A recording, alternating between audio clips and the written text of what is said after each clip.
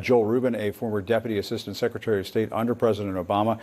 Joel, thanks very much for being here. We appreciate it. Let's start with Secretary of State Tony Blinken, his meetings with the Arab leaders in Jordan earlier today. He stopped short of calling for a ceasefire. That's what they want. He's been calling for humanitarian pauses. The Israelis don't want humanitarian pauses unless there are hostages that are released. This is going to be some tough sledding ahead from a diplomatic standpoint. Yeah. Very tough diplomacy right now. And Secretary Blinken is demonstrating what it means to roll up the sleeves and get into the hard work and have these hard conversations. There's no magic bullet, clearly, to fixing this solution at all. And by being there and being present and listening to our allies, and we have multiple allies across the region, he is beginning to construct a process and a program. And we hear that with the kinds of discussions about how to watch ambulances leaving, watch individuals leaving through the Rafah border, watch the humanitarian assistance that comes in, trying to build up some confidence that while not every request is being met, the maximum, that there are processes moving forward. But this is tough. This is really tough diplomacy right now that the Secretary is engaged in. And I was talking to Mark Regev earlier on this program, and he was essentially saying, no, the Israelis are not interested in a pause unless we see some hostages come out. And I mean, that position is certainly understandable. But when you put that next to what we've been seeing in the last 24 to 48 hours, civilians feeling the impact of these Israeli strikes in Gaza. Just today, a UN school that is used to take care of refugees was struck, and CNN obtained images of the casualties that took place there. That's going to make things even more difficult, diplomatically speaking. You're right. Like every day that goes forward, there are heartbreaking images of civilians being killed. And the reality is that in this war, there are competing objectives, obviously. Israel does want to neutralize Hamas. Israel does want to get hostages out. The United States wants to get hostages out. And what are the tools for doing that? Hamas is not coming to the table providing names. They're not allowing the Red Cross in to provide a review and sharing information with the families. What are the tools available to get those hostages out? And so I think the leverage point, the question of a humanitarian pause for getting people out, that's the kind of leverage that needs to be enacted. Now, if Secretary Blinken can lean on that and engage with Qatar and Egypt and our allies in the Arab world who have access into Hamas, all the better. But right now, this question of getting the hostages out and not having them be harmed while an ongoing offensive is underway to neutralize Hamas, it's incredibly difficult. So I think that's why we're seeing the delay in an agreement. But that said, it's not as if Israel's not allowing goods in. So while they may not publicly declare pauses, they are allowing for materials to get in.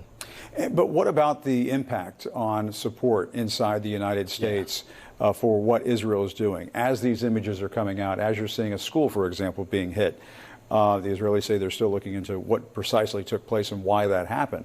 But, you know, you look at the political pressure that is happening over at the White House right now. The president is feeling it.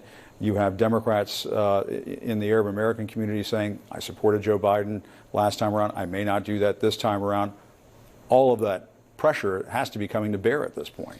I mean, it's real. Yeah. The Democratic Party and as the card-carrying member of the Democratic Party, I'm engaged in conversations across the party with folks who are making the pitch.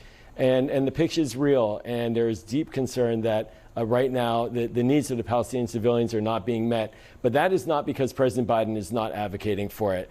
President Biden put in money for humanitarian assistance. He actually put in money into the supplemental that the House has decided to condition, or actually they stripped out, the Palestinian aid and conditioned the aid to Israel. So the tools available to the president are getting shrunk.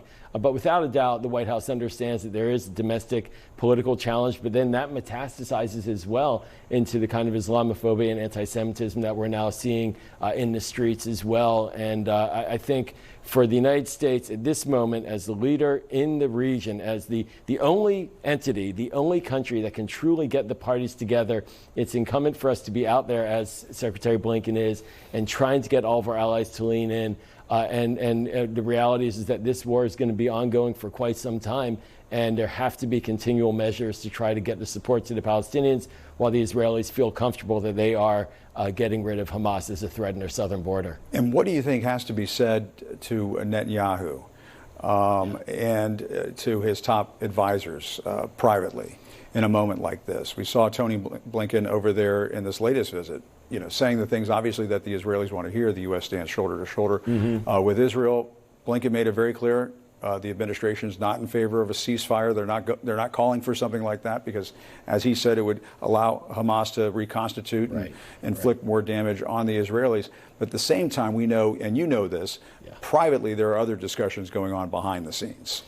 Well, look, Jim, there's two audiences in Israel. There's the Israeli public, and then there's the private behind-the-scenes government leaders. And the Israeli public is dismayed by Prime Minister Netanyahu. Let's not sugarcoat this. His poll numbers have tanked. There is no confidence in his leadership right now across the board in Israel. That said, Israelis are rallying behind the flag, and they are fighting for the survival of their state.